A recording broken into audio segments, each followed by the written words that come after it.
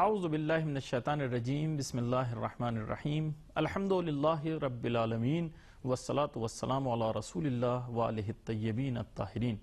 ناظرین اکرام، سحر عالمی net work کی جانب سے نشر ہونے والے پروگرام تجلی حق کے ہمراہ آپ کا میزبان کفایت حسین حاضر خدمت ہے۔ اس پروگرام میں آپ کی خدمت میں خوش آمدید عرض کرتا ہوں اور آپ تمام ناظرین جہاں کہیں بھی ہمارا پروگرام دیکھ رہے ہیں، آپ تمام ناظرین کی خدمت میں دل کی گہرائیوں سے ہدیہ سلام پیش کرتا ہوں۔ ناظرین اکرام، پروگرام تجلی حق میں جو گفتگو ہوتی ہے وہ نہج البلاغہ کے حوالے سے ہوتی ہے کہ نہج البلاغہ میں مولا کائنات نے کیا بیان کیا ہے۔ آج جو ہم گفتگو کریں گے وہ نہایت ہی اہم موضوع ہے، وہ موضوع ہے توحید۔ تو توحید کو اگرچہ ہم لفظ کے اعتبار سے ہم آشنا ہیں، اس کو جانتے ہیں کہ توحید کسے کہتے ہیں، لیکن میں ایک صرف اشارہ کرنا چاہوں گا، وہ یہ ہے کہ ہمارے یہاں معمولاً جب توحید کو کہتے ہیں تو توحید یعنی اصول دین میں سے ایک اصل توحید ہے، توحید، عدل، نبوت، امامت، قیامت۔ لیکن میں یہاں پر یہ عرض کرنا چاہتا ہوں کہ اگر آپ ان اصول کے اوپر دقت کریں تو اس نتیجے پر پہنچیں گے کہ اصول یہ 5 وہ ہیں کہ پورے دین کی بنا ان کے اوپر ہے، پورا دین جو ہے وہ موقوف ہے ان کے اوپر، یہ بنیاد ہے، اصول ہیں یہ۔ لیکن اگر ان کو تقسیم کریں تو توحید کے علاوہ جو باقی ہیں، عدل، نبوت، امامت، قیامت، وہ 4 بھی موقوف ہیں خود توحید کے اوپر۔ یعنی اگر توحید صحیح ہے تو پھر یہ 4 بھی صحیح ہیں، اور یہ 4 صحیح ہیں تو پھر پوری عمارت صحیح ہے، پورا دین صحیح ہے۔ لیکن اگر توحید صحیح نہ ہو تو پھر کچھ بھی صحیح نہیں ہے۔ تو یہ اس کی اہمیت کے حوالے سے تھا، اور انشاءاللہ اس کی تفصیلات ہم جانیں گے۔ اسی حوالے سے مولا کائنات جو کچھ بیان فرماتے ہیں، اسی حوالے سے انشاءاللہ ہماری گفتگو ہوگی۔ لیکن اجازت دیجیے مختصر سا وقفہ لیتے ہیں، اس کے بعد حاضر ہوتے ہیں، پروگرام کو آگے بڑھاتے ہیں۔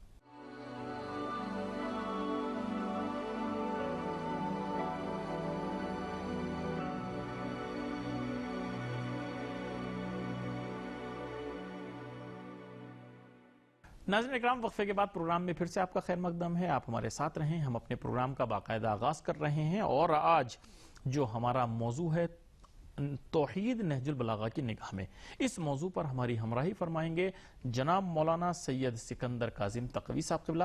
تو آپ ہمارے ساتھ رہیں، اپنے مہمان سے ملاقات کرتے ہیں، اس کے بعد اپنے پروگرام کا باقاعدہ آغاز کرتے ہیں۔ قبلہ السلام علیکم۔ بسم اللہ الرحمن الرحیم، علیکم السلام ورحمۃ اللہ۔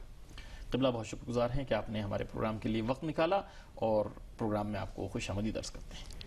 ہم بھی آپ کا بہت بہت شکریہ ادا کرتے ہیں اور ناظرین کی خدمت میں ہدیہ سلام پیش کرتے ہیں کہ آپ نے موقع دیا کہ اس پروگرام میں آ کر اس اہم موضوع کے حوالے سے کچھ چیزیں پیش کر سکیں۔ جی قبلہ، جیسے کہ میں نے عرض کیا کہ انشاءاللہ آج جو ہم گفتگو کریں گے تو نہج البلاغہ میں جو توحید کے حوالے سے معارف اور مطالب بیان ہوئے ہیں، اس کے حوالے سے جو وقت ہوگا انشاءاللہ اس پر آپ روشنی ڈالیں گے۔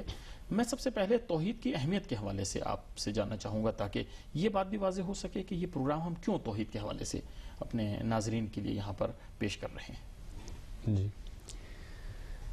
بہت ہی اہم پہلو آپ نے اس کی طرف اشارہ کیا ہے کہ توحید کی اہمیت کیا ہے۔ یقیناً توحید کی اہمیت کو بیان کرنا بھی ضروری ہے، جی، اور اس پروگرام میں جس کی نگاہ سے ہم توحید کو سمجھنا چاہ رہے ہیں، جی، اس کی نگاہ کو دیکھنا یہ بھی بہت ضروری ہے۔ جی، یعنی معرف بھی کون ہے یہ بھی دیکھیں، بے شک، اور جس کی تعریف کی جا رہی ہے، جو پہچانوانے والا ہے جی، اور جس کو پہچانوایا جا رہا ہے، بالکل، وہ کون کون ہے۔ ہم دیکھتے ہیں کہ تاریخ میں جو احادیث، جو مجموعہ احادیث ہم لوگ کے پاس ہے، اس کے اندر امام علی علیہ السلام کے حوالے سے رسول خدا صلی اللہ علیہ وآلہ وسلم ارشاد فرماتے ہیں کہ یا علی ما عرف اللہ الا انا وانت، جی، یعنی اللہ تعالیٰ کو سمجھنے والی صرف 2 ہستیاں ہیں، جی، یعنی جو آخری مرحلہ ہے اللہ کی معرفت کا، وہ صرف 2 ہستیاں سمجھ سکتی ہیں، یا رسول گرامی اسلام ہے، جی، یا امیر المؤمنین علی علیہ السلام۔ بے شک، اور مولا اپنے بارے میں اس طریقے سے ارشاد فرماتے ہیں کہ ینحدر عنی السیل ولا یرقى الی الطیر، جی، کہ مولا کا مقام وہ ہے کہ اپنے آپ کو اس پہاڑ کی چوٹی سے تشبیہ کرتے ہیں جی، کہ جہاں سے چشمہ جاری ہوتا ہے، صحیح، وہ سب سے اونچا نقطہ ہے، سب سے اونچا مقام ہے پہاڑ کا۔ جی، اس سے ایک تشبیہ کر رہے ہیں کہ دیکھو میرا مقام اس طریقے سے ہے کہ جہاں سے علوم اور انوار کے چشمے جاری ہوتے ہیں۔ بے شک، لیکن اس کے باوجود ہم دیکھتے ہیں کہ مولا آ کر دوسری جگہ پر اس طریقے سے ارشاد فرماتے ہیں کہ الہی ما عرفناک حق معرفتک، اللہ اکبر، کہ پروردگار ہم نے جس طریقے سے حق ہے، حق معرفت ہے، اس طریقے سے تجھے نہیں پہچانا ہے۔ تو توحید پر گفتگو ہم و آپ کے لیے تو بہت ہی سخت ہے، بے شک، مولا جب اس طریقے سے ارشاد فرما رہے ہیں بالکل، تو ہم تو یہ کر سکتے ہیں کہ دیکھیں کہ جو خود نور ہیں، جو خود حجت الہی ہیں، انہوں نے کیا کہا ہے یہ آپ کے سامنے پیش کر دیں، اور اس سے جو کچھ ہم سمجھ پائے ہیں، جو کچھ سمجھ پائے کیونکہ ہیں اس کا خود سمجھنا بھی تو ہمارے وہ لیے بھی بہت بڑا مرحلہ جی ہے۔ بے شک،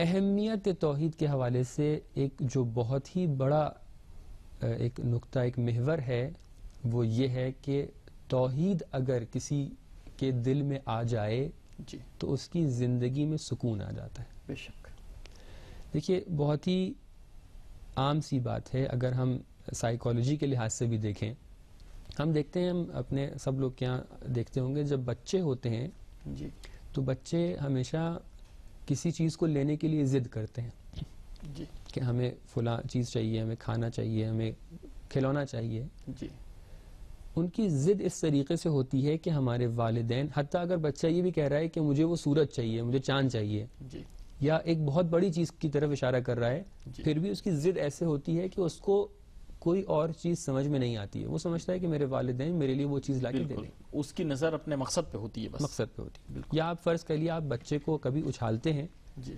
تو وہ بچہ کبھی روتا نہیں ہے، کیونکہ اس کو معلوم ہوتا ہے کہ نیچے سے آپ پکڑنے کے لیے اللہ موجود اکبر، بے شک، تو اگر ہم اپنے نظام ہستی میں، اپنی زندگی میں ہم یہ دیکھیں کہ کوئی ایسا شخص ہے، کوئی ایسی ذات ہے کہ جو ہمارے گرنے پر ہمارا ہاتھ پکڑ سکتی ہے، جی کہ جہاں پر بھی ہم ٹھوکر کھائیں گے وہاں پر وہ ہمارا ہاتھ پکڑ لے گی، بے شک، تو ہمیں کبھی بھی اضطراب نہیں ہوگا، جی ہمیں ہمیشہ سکون رہے گا۔ جی تو یہ توحید کی اہمیت ہے کہ ہم اگر اپنی زندگی میں توحید کے اوپر عمل کریں تو توحید پر عمل کرنے کا نتیجہ یہ ہے کہ ہماری زندگی میں جتنی بھی پریشانیاں ہیں، ہم جیسے ہی پریشانیوں میں مبتلا ہوتے ہیں، جیسے ہی کوئی پریشانی ہمارے سامنے آتی ہے تو ہم اس میں پریشان نہیں ہوں گے۔ کیوں؟ کیونکہ ہمیں معلوم ہے ہمارے اوپر کوئی ذات بیٹھی ہوئی، کوئی ہمارا ہاتھ پکڑنے کوئی والا ہمارا ہاتھ پکڑنے والا ہے۔ ہمارا پیسہ چلا گیا ہے، کوئی بات نہیں، جی، کوئی اوپر سے دیکھ رہا ہے، وہ ہمارے لیے کام صحیح کر دے گا۔ جی، ہمارے کوئی جسمی نقصان ہو گیا ہے، کوئی بات نہیں، کوئی اوپر بیٹھا ہوا ہے وہ دیکھ لے گا۔ تو اگر ہم لیکن بات یہ ہے کہ ہم دیکھیں کہ وہ ایک ذات ہے، جی وہ ایک ذات ہے کہ جو تمام اختیارات اس کے ہاتھ میں ہیں۔ جی، اس کا معنی ہے توحید ایک ذات ہے، تب جا کر اس کا کوئی اثر ہماری زندگی میں ہوگا۔ تو یہ توحید کی اہمیت ہے۔ اور اگر ہم یہ چاہتے ہیں کہ نہج البلاغہ اور امام علی علیہ السلام کا نظام فکری سمجھیں، جی ہم یہ سوچیں، ہم یہ دیکھیں کہ امام علی علیہ السلام کا نظام فکری کیا ہے، امام علی علیہ السلام کے رویے، ان کے عمل، ان کا ساکت رہنا، ان کا بولنا، اس کا نظام کیا ہے، اگر اس کو دیکھنا چاہتے ہیں تو ہمیں صرف اور صرف توحید کو دیکھنا پڑے گا۔ جی، اسی لیے ہم دیکھتے ہیں کہ مولا اور دوسرے اصحاب رسول خدا کے اندر فرق ہی یہی ہے کہ دوسرے اصحاب کے اقوال جا کر آپ پڑھیے، خطبے جا کر آپ پڑھیے، آپ کو توحید کے بارے میں اتنا جی نظر نہیں آئے گا، لیکن مولا نے جو خطبہ بیان فرمایا ہے، بے شک، جس کو بھی خط لکھا ہے، اس کے اندر توحید کے جلوے وہاں پر بیان فرمائے ہیں، وہاں پہ توحید بیان فرمائی ہے۔ یہ اہمیت ہے توحید کی۔ قبلہ بہت شکر گزار ہیں آپ کی۔ اجازت دیجیے ایک مختصر سا وقفہ لیتے ہیں، اس کے بعد حاضر ہوتے ہیں، پروگرام کو آگے بڑھاتے ہیں۔ ناظرین، بڑی اہم گفتگو چل رہی ہے توحید کے حوالے سے، اور بہت اہم اشارہ کیا ہمارے مہمان نے کہ توحید اگر انسان کی زندگی میں آ جائے تو اس کی زندگی سے جو اضطراب ہے وہ ختم ہو جاتا ہے، بڑا سکون آ جاتا ہے۔ آج دیکھیں آپ، ہر طرف ڈپریشن کی مشکلات ہیں، جس انسان کو دیکھو وہ ڈپریشن کا شکار ہے، کتنی خودکشیاں اور کتنے دوسرے مسائل اس سے کھڑے ہو رہے ہیں۔ تو وہ کیوں ہے؟ اس لیے کہ انسان کی زندگی میں توحید نہیں ہے۔ ناظرین، اسی حوالے سے ہمارا پروگرام آگے چلے گا، لیکن ملتے ہیں مختصر سے وقفے کے بعد۔ نہج البلاغہ اور توحید، اسلام کا بنیادی عقیدہ خدا کی توحید کا ہے، اور توحید ہی سے سارے عقائد کی تفصیلات طے پاتی ہیں۔ توحید ہی سے اسلام اور کفر کے عقیدے کا فرق واضح ہوتا ہے۔ کلمہ توحید اس قدر عظیم ہے کہ کوئی کلمہ یا کلام اس کی برابری نہیں کر سکتا۔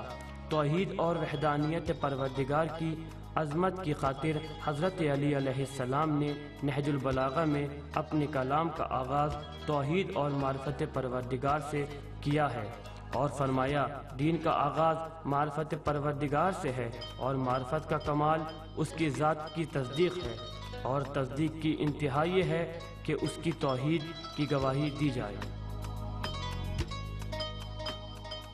ناظرین اکرام، پروگرام میں وقفے کے بعد پھر سے آپ کا خیر مقدم ہے۔ آپ ہمارے ساتھ رہیں، اپنے پروگرام کو آگے بڑھاتے ہیں، اور ہمارے ساتھ ہیں جناب مولانا سید سکندر کاظم تقوی صاحب قبلہ۔ ہماری گفتگو چل رہی ہے توحید کے حوالے سے۔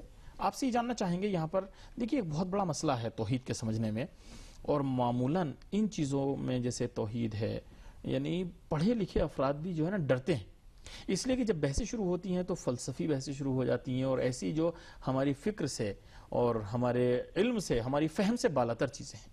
اور آپ نے جیسے بتایا مولا کائنات تو وہ عظیم شخصیت ہے کہ لا یعنی کوئی پرندہ وہاں تک جو ہے طائر فکر اس کا پرواز نہیں کر سکتا، تو مولا کائنات کس انداز سے ان بحثوں کو بیان کرتے ہیں؟ یعنی اگر ایک تصور کیا جائے کہ اتنے عظیم مطالب، پھر اتنی عظیم شخصیت، تو ظاہر ہے ان میں کتنی عظمت ہوگی، کیا بلندی ہوگی، لیکن کس انداز سے مولا کائنات نے نہج البلاغہ میں اس کو بیان کیا، اس کو اجاگر کیجیے۔ جی، آپ نے بہت ہی اچھی بات کی طرف اشارہ کیا ہے۔ وہ ایک حدیث ہے کہ العلم حرف کثرہ الجاہلون۔ خیر میں علماء کی طرف اشارہ نہیں کر رہا ہوں، لیکن کہنے کا مقصد یہ کبھی کبھی یہ ہوتا ہے کہ کچھ الفاظ، کچھ ایسی اصطلاحات پیش کر دی جاتی ہیں، کچھ ایسی ووکیبلریز ہوتی ہیں کہ جو سخت ہوتی ہیں، ان سے جب مطلب کو بیان کرنے کی کوشش کی جاتی ہے، مقصد یہ ہوتا ہے کہ کم وقت میں اچھا مطلب بیان کر دیا جائے، اور سخت ہو جاتا ہے، لیکن وہ سخت ہو جاتا ہے۔ بالکل۔ تو لیکن یہاں پر جیسا کہ اگر دور سے دیکھا جائے تو نظر یہ آتا ہے کہ خود مولا کی ذات وہ ذات ہے کہ جو بہت ہی برتر و بالا ہے، بے شک، اور خود موضوع بھی بہت ہی اہم ترین موضوعات میں سے ہے، تو لہٰذا یہاں پر تو بہت سخت گفتگو ہونا چاہیے تھی۔ بالکل۔ لیکن ہماری خوش نصیبی یہ ہے کہ مولا نے جب گفتگو کرنا شروع کی ہے توحید کے حوالے سے، تو ان کا انداز وہ انداز ہے کہ جو عام فہم ہے، اور بہت ہی آسان زبان میں، آسان الفاظ میں مولا نے توحید کے مباحث کو، توحید کے درس کو پیش کیا ہے۔ جب مولا کی حکومت شروع ہوئی ہے اور مولا نے سب سے پہلا خطبہ آ کر وہاں پر لوگوں کے سامنے بیان فرمایا ہے، تو وہاں پر مولا نے اس خطبے کے اندر سب سے پہلا موضوع جو وہاں پر مطرح کیا ہے وہ توحید ہے، اور توحید کو اتنے آسان الفاظ میں بیان کیا ہے کہ جو بھی شخص آ کر اس کو دیکھے، اس کو پڑھے، اس کو سمجھنے کی کوشش کرے تو وہ براحتی بآسانی سمجھ سکتا ہے۔ میں ایک جملہ پڑھوں آپ کے سامنے، مولا کا خطبہ، دوبارہ میں نمبر کے بارے میں کہہ رہا ہوں، نمبر جو ہم لوگ کہتے ہیں خطبہ نمبر، یہ ہم نے ڈالے ہیں یہ تاکہ ہم ان مطالب کو آسانی سے سمجھ سکیں، حاصل کر سکیں، دیکھ سکیں وہاں پہ کہاں موجود ہیں، کہاں پر موجود ہیں، آسانی سے ریفرنس دے سکیں۔ تو خطبہ نمبر 152 میں اس طریقے سے مولا کا ارشاد ہے کہ الحمدللہ الدال علی وجودہ بخلقہ۔ کتنی آسان زبان میں مولا نے استدلال کیا ہے، استنباط کیا ہے اللہ کے وجود، دلیل پیش کی ہے۔ کس طریقے سے؟ الحمدللہ، تمام تعریفیں اس اللہ کے لیے ہیں کہ جو اپنی مخلوقات کے ذریعے سے اپنے اوپر اشارہ کرتا ہے۔ اللہ اکبر۔ دیکھیے بہت ہی اگر سمجھنے والی بات ہے، اگر ہم لوگ اس کو درک کرنے کی کوشش کریں تو بہت ہی آسانی سے اس کو درک کر سکتے ہیں۔ ہم آج کے زمانے میں دیکھتے ہیں کہ ہم اپنی جو نظام تعلیم ہے، اپنے ایجوکیشنل سسٹمز کو دیکھتے ہیں، اس میں دیکھتے ہیں کہ ہم لوگ نیچر کے بارے میں بہت گفتگو کرتے ہیں، فزکس ہے، کیمسٹری ہے، فلاں فلاں۔ آپ دیکھتے ہیں کہ آ کر زولوجی کے اندر گفتگو کرتے ہیں، باٹنی ہے، فلاں ہے۔ کبھی آپ درختوں کو اس کے اندر تحلیل پیش کرتے ہیں، کبھی جانوروں کی چیر پھاڑ پیش کرتے ہیں، اور اس میں مختلف زوایا سے اس کے اندر باتیں پیش کی جاتی ہیں۔ یہ سب کا سب نیچر کہلاتا ہے، بالکل عالم طبیعت۔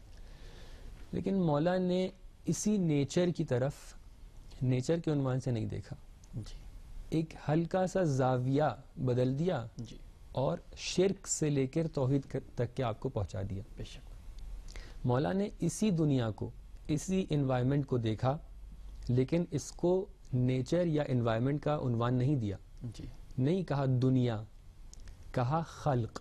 خلق یہاں پر مخلوق کے معنی میں، جیسے ہی مخلوق کہا ایک خالق کی طرف اشارہ ہو گیا۔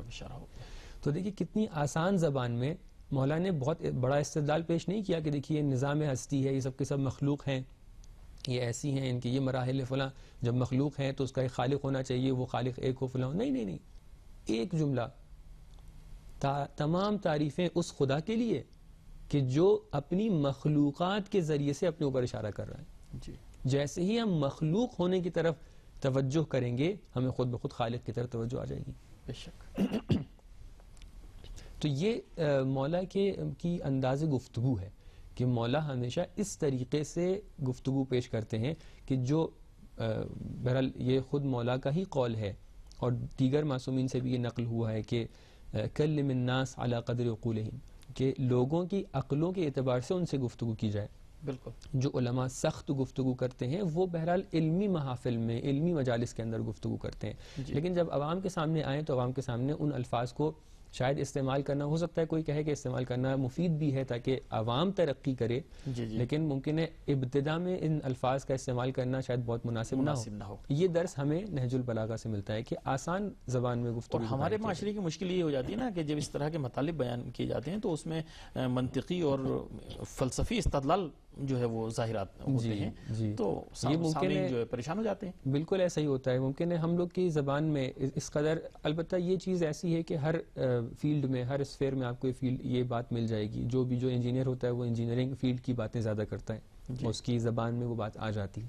جو ڈاکٹر رہتے ہیں وہ اس حوالے سے، اور اسی طریقے سے جو بہرحال حوزے کے اندر ہیں، جو علوم و معارف اہل بیت علیہ السلام سے آشنا ہیں، اس کے اوپر کام کر رہے ہیں، ان کی زبان میں خود بخود وہ باتیں آ جاتی ہیں. لیکن پھر بھی ہم لوگ کی گفتگو ایسی ہونا چاہیے، مولا کے درس سے ہمیں سمجھ میں آتا ہے کہ ایسی گفتگو ہونا چاہیے کہ جو عوام فہم ہو اور سادی زبان میں ان سب مطالب کو بیان کیا جائے. جی قبلہ اگر اجازت دیں یہاں پر ایک مختصر سا وقفہ اور لیتے ہیں، چونکہ اس کے بعد جو دوسری بحث ہماری شروع ہوگی اس میں شاید ٹائم زیادہ ہمیں لینا پڑے.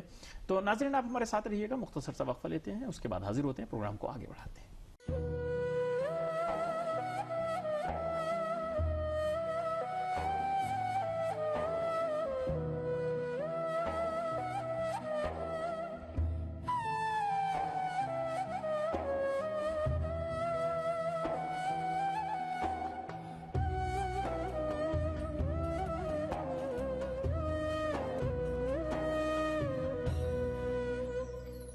ناظرین اکرام، وقفے کے بعد پروگرام میں پھر سے آپ کا خیر مقدم ہے. آپ جیسا کہ جانتے ہیں کہ ہمارے پروگرام میں خود آپ کے سوالات بھی یہاں پر پیش کیے جاتے ہیں، اور انشاءاللہ پروگرام کے اس حصے میں جو ہمارے پروگرام کا آخری حصہ ہے، اس میں آپ کے جو سوالات ہیں وہ بھی یہاں پر ہم اپنے مہمان کے سامنے پیش کریں گے. لیکن سب سے پہلے میں آپ کی خدمت میں وہ نمبر عرض کر دوں جس کے ذریعے آپ رابطہ قائم کر سکتے ہیں ہم سے. تو ہمارے رابطے کا نمبر ہے 0098-921-4626166. یہ ہمارا واٹس ایپ نمبر ہے. اگر آپ کوئی بھی سوال پوچھنا چاہتے ہیں تو اس نمبر پر بھیجیں، انشاءاللہ ہمارے مہمان اس کا جواب دیں گے. قبلہ میں آپ سے یہاں پر پہلے یہ سوال لوں گا، اس کے بعد میں ناظرین کا سوال لوں گا کہ توحید کے حوالے سے مولا کائنات نے کیا بیان فرمایا ہے. چونکہ انداز تو آپ نے بتا دیا، لیکن خود توحید کے حوالے سے کیا فرماتے ہیں امام؟ مختصر طور پر اس پر روشنی ڈالیے. اسی خطبے کے اندر جو جس کی طرف میں نے آپ کی طرف اشارہ کیا تھا، اس کے اندر مولا کچھ جملے بیان کرنے کے بعد اس طریقے سے ارشاد فرماتے ہیں کہ اللہ تعالیٰ کی ذات وہ ذات ہے کہ الاحد بلا تأویل عدد. یہاں سے توحید ذاتی نکل کے آتی ہے کہ جو آج کل کی اصطلاح میں ہم توحید ذاتی کہہ رہے ہیں. بہرحال توحید ذاتی کا مطلب کیا ہوتا ہے کہ اللہ کی ذات وہ ذات ہے کہ جو ایک ذات ہے. لیکن جیسے ہی ہم کہتے ہیں ایک، تو ہمارے ذہن میں فوراً کے فوراً 2 3 4 5 آ جاتا ہے. لیکن مولا یہیں سے یہ اشارہ کر رہے ہیں کہ دیکھو تم سے یہ تو کہا جا رہا ہے کہ اللہ ایک ہے، احد ہے. احد و واحد کے اندر فرق. یہاں پہ میں یہ آپ کی خدمت میں بھی عرض کروں کہ ناظرین میں سے جو ایک سوال ہم سے کیا گیا تھا وہ بھی اسی حوالے سے تھا. ان کا سوال یہ تھا کہ خدا کو جب ہم ایک کہتے ہیں تو کیا اس کو یہ محدود کرنا نہیں ہے؟ یعنی جب ہم نے ایک کہا اس کو تو خود ہم نے خدا کو محدود کر دیا. جی میں وضاحت کرتا ہوں اس کے حوالے سے کہ جب ہم کہتے ہیں ایک تو فوراً ہمارا ذہن چلا جاتا ہے 2 3 کی طرف. یہ کیوں ایسا ہو رہا ہے؟ کیونکہ ہمارا ذہن بہت مانوس ہو گیا ہے اس دنیا سے، اس میٹیریل ورلڈ سے، اس عالم طبیعت سے، اس عالم مادہ سے. تو جیسے ہی ہم کہتے ہیں ایک، تو کیونکہ ہم تصور یہ کر رہے ہوتے ہیں کہ اس ایک کا دوسرا بھی ہو سکتا ہے، لہٰذا اس کے بعد 2 آنا چاہیے. مثال کے طور پر میں کہہ رہا ہوں یہ ایک میز، تو جیسے میں ایک میز کہہ رہا ہوں آپ کے ذہن میں خود بخود یہ تصور آ جائے گا کہ ایسی ایک میز یہاں پر اور ہو سکتی ہے. یہاں ہم کہیں ایک پین، تو جیسے ہم کہہ رہے ہیں ایک پین، آپ کے ذہن میں یہ بات فوراً آ سکتی ہے کہ یہ ایک پین کے برابر میں ایک پین اور آ سکتا ہے، اور بھی ہو سکتے ہیں، اور بھی ہو سکتا ہے. تو لہٰذا آپ کے ذہن میں 2 3 4 5 آ جاتے ہیں. لیکن جب ہم اللہ تعالیٰ کے بارے میں گفتگو کر رہے ہوتے ہیں تو یہ اس طریقے سے ہے کہ اللہ تعالیٰ کے ساتھ میں کوئی اور چیز تصور ہی نہیں ہو سکتی. کیونکہ اللہ تعالیٰ تمام وجود کو اپنے اندر سمیٹے ہوئے.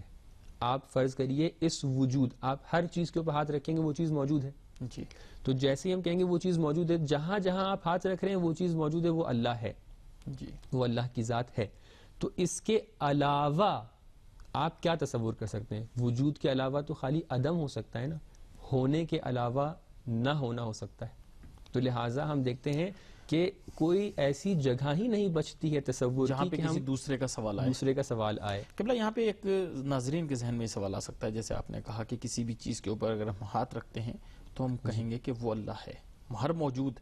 جی تو یعنی وہ اللہ ہے، اس کی ذرا وضاحت کیجئے کہ اللہ نہیں ہے یا تو اس کے تجلیات میں سے ہیں. جی جی ورنہ یہ بہت ہی ایک بہت ہی عمیق رابطہ ہے اللہ اور مخلوقات کا، کہ جس کے لیے ایک بہت زیادہ وضاحت درکار ہے، لیکن میں بہت ہی سرسری اشارہ کرتا چلوں جی کہ ہم جب کسی چیز پہ ہاتھ رکھتے ہیں تو وہ اللہ نہیں ہے. جی.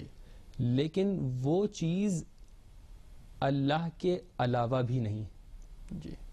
کیونکہ جو کچھ بھی اس دنیا میں ہے وہ سب اللہ تعالیٰ کی ایک کہہ سکتے ہیں ایک ریفلیکشن ہے، ایک مینیفیسٹیشن ہے، اللہ تعالیٰ کا ظہور ہے، مظاہر ہیں. جی. جب ہم انسان کے اوپر ہاتھ رکھتے ہیں تو یہ مظہر خدا ہے. بے شک. تو لہٰذا یہ سب مظاہر ہیں جو ہم دیکھ رہے ہیں، کیونکہ ہم مادہ ہیں لہٰذا ہم مادی چیزوں کو دیکھ سکتے ہیں. جی. تو لہٰذا ہم مظاہر خدا کو دیکھ رہے ہیں. یہ خدا کی ذات نہیں ہے، خدا کی ذات تو اس سے بہت برتر و بالا ہے. جی. اور ایسی برتر و بالا ہے کہ جس کی جو ہم بالا ہونے کی بات کر رہے ہیں، جو اونچائی ہے، اللہ کی اونچائی اور ہماری نیچائی الگ الگ سنخ کی ہیں. بالکل بالکل. یعنی ہم جس مقام پہ ہیں وہ مقام، اس مقام میں اللہ ہے ہی نہیں. یعنی یہ اللہ بھی نہیں ہے لیکن اللہ سے جدا بھی نہیں ہے. جدا بھی نہیں ہے. اگر یہ خلاصہ خدا سے جواب. قطع نظر ہم اس کی کوئی حیثیت نہیں ہے، کچھ نہیں. قطع نظر کوئی حیثیت نہیں ہے. بالکل صحیح. میں پلٹوں اپنی بات کی طرف کہ جو عدد والی بات تھی، میں ایک مثال پیش کروں آپ کے سامنے. مثال کے طور پہ فرض کریے ہمارے پاس یہ دنیا جو ہے، جی. آج کل جب علم کی ترقی ہو گئی ہے تو ہمیں معلوم ہے کہ اس دنیا کے علاوہ کچھ اور دنیا بھی ہیں یا کچھ اور پلانٹس بھی ہیں. لیکن آپ فرض کریے کہ یہ دنیا ایک ایسی دنیا ہو کہ جس کے علاوہ کوئی اور پلانٹ نہ ہو، جی. اس کے باہر کچھ ہو ہی نہیں. تو کیا ہم یہ کہہ سکتے ہیں دوسری دنیا؟ کیا ہم کہہ سکتے ہیں؟ نہیں کہہ سکتے. اگر ہم اسپیس کو دیکھ رہے ہیں، ہم کہہ رہے ہیں اسپیس ایک ہی ہے، اس کے اندر مختلف پلانٹس ہیں، کیا ہم کہہ سکتے ہیں ایک اور اسپیس؟ نہیں کہہ سکتے ہیں. یہ بالکل اسی طریقے سے اللہ ایک ایسا واحد ہے کہ جس کے علاوہ کسی دوسرے کا تصور ہی نہیں ہے. صحیح. اس کی طرف مولا اس کے اندر اس طریقے سے اشارہ کر رہے ہیں. جس سوال کی طرف آپ نے اشارہ کیا کہ کیا ہم ایک کہہ دینے سے محدود نہیں کر رہے ہیں اللہ تعالیٰ کو، اس کی طرف بھی مولا نے اشارہ کیا ہے اس طریقے سے کہ کل مسمن بالوحدت غیر قلیل، کل مسمن بالوحدت قلیل غیرہ. کہہ رہے ہیں کہ ہر وہ چیز کہ جس کی طرف آپ ایک ہونے کا اشارہ کریں، آپ کہیں کہ یہ ایک کتاب ہے، یہ ایک میز ہے، یہ ایک قلم ہے، تو آپ نے اس کو محدود کر دیا، یہ قلیل ہو گیا ہے. صحیح. لیکن اللہ تعالیٰ کے بارے میں یہ بات جاری نہیں ہوتی. کیوں؟ کیونکہ جب آپ کہتے ہیں یہ ایک قلم ہے یا ایک کتاب ہے، تو یہ ایک کتاب کیونکہ اس کی دوسرے کا تصور ہے لہٰذا یہ ایک کم ہے. کیونکہ ایک ہے، ممکن ہے 2 3 4 5 اور آ جائیں، تو لہٰذا ایک کم ہے 5 زیادہ ہیں. لیکن جب ہم اللہ کی بات کرتے ہیں کہ وہ ایک ذات ہے، تو وہ ایک ذات ایسی ہے کہ اس کے علاوہ کوئی دوسری ذات ہو ہی نہیں سکتی ہے. تو لہٰذا کیونکہ کچھ ہو ہی نہیں سکتا ہے اس کے علاوہ، تو وہ ایک کم نہیں ہے، وہ ایک بہت ہی کثیر ہے، وہ ایک بہت ہی عظیم ہے. یہ اللہ تعالیٰ کی توحید ذاتی کے حوالے سے نہج البلاغہ کے اندر جو اشارہ ہوا ہے وہ یہ ہے. اور بھی مراحل بیان ہوئے ہیں، مجھے پتہ نہیں کتنا وقت ہے میرے پاس کہ میں اور بیان کر سکوں یا نہیں. ہاں بسم اللہ، اگر آپ کچھ کہنا چاہتے ہیں. ایک نقطہ اور یہاں پر جو بیان فرمایا ہے مولا نے خطبہ نمبر 85 کے اندر کہ وَلَا تَنَالُهُ التَّجْزِئَةُ وَالتَّبْعِيضُ، کہ اللہ تعالیٰ کی ذات، اس کی توحید کا ایک تقاضا یہ ہے کہ اللہ تعالیٰ کی ذات کے اندر کوئی تجزیہ اور کوئی ترکیب نہیں ہوتی ہے. تجزیہ مطلب کسی کو جز نہیں کر سکتے ہیں، اسی کا الٹا ہے ترکیب.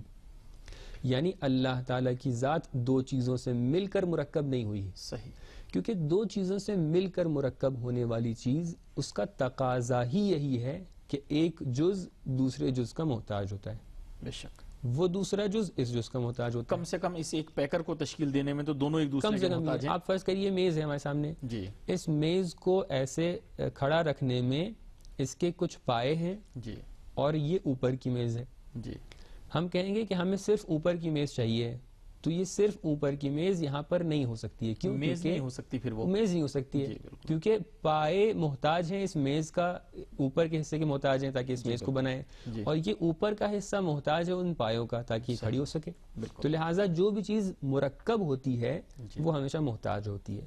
لیکن اللہ تعالیٰ کی ذات میں کوئی احتیاج، کوئی محتاج ہونا موجود نہیں ہے. لہٰذا اللہ تعالیٰ کی ذات میں نہ کوئی جز ہے نہ کوئی ترکیب. قبلہ بہت شکریہ آپ کا. اجازت دیجیے یہاں پر ہم آپ سے خداحافظی کریں گے. خداحافظ. ناظرین، بڑے اہم مطالب تھے، آپ کے بھی بہت شکر گزار ہیں کہ آپ ہمارے ساتھ پروگرام کے آخر تک رہے. آپ نے خود دیکھا کہ اتنا اہم موضوع جو توحید کے حوالے سے جانا جاتا ہے اس کو مولا کائنات نے کس طریقے سے نہج البلاغہ میں بیان کیا ہے. اگر یہ مسائل ہمارے لیے پیچیدہ ہیں تو اس کا سبب صرف ایک ہے، وہ یہ کہ ہم نے جو یہ معارف لیے ہیں یہ اہل بیت اطہار سے نہیں لیے. چونکہ اہل بیت اطہار نے جو بیان کیے تھے تو اس طریقے سے بیان کیے تھے جیسے یعنی دنیا جن کو سمجھ سکے، نہ یہ کہ منطقی اور فلسفی برہانوں کے اور استدلالوں کے ذریعے سے وہ بیان ہوئے ہوں. وہ چیزیں اپنی جگہ ٹھیک ہے، لیکن ہمیں سمجھنے کے لیے بہترین راستہ ہے ہمارے پاس نہج البلاغہ، یا اسی طریقے سے دوسرے جو معارف اہل بیت ہمارے پاس ہیں. ناظرین، خداوند عالم کی بارگاہ میں دعا ہے کہ خدا ہمیں توفیق دے ہم ان معارف سے کسب فیض کر سکیں اور خدا تک پہنچنے کا بہترین ذریعہ اور بہترین راستہ انتخاب کر سکیں اور اختیار کر سکیں. یہیں پر آپ سے اجازت چاہتے ہیں، آپ کو خدا کی پناہ میں دیتے ہیں. خدا حافظ، فی امان اللہ.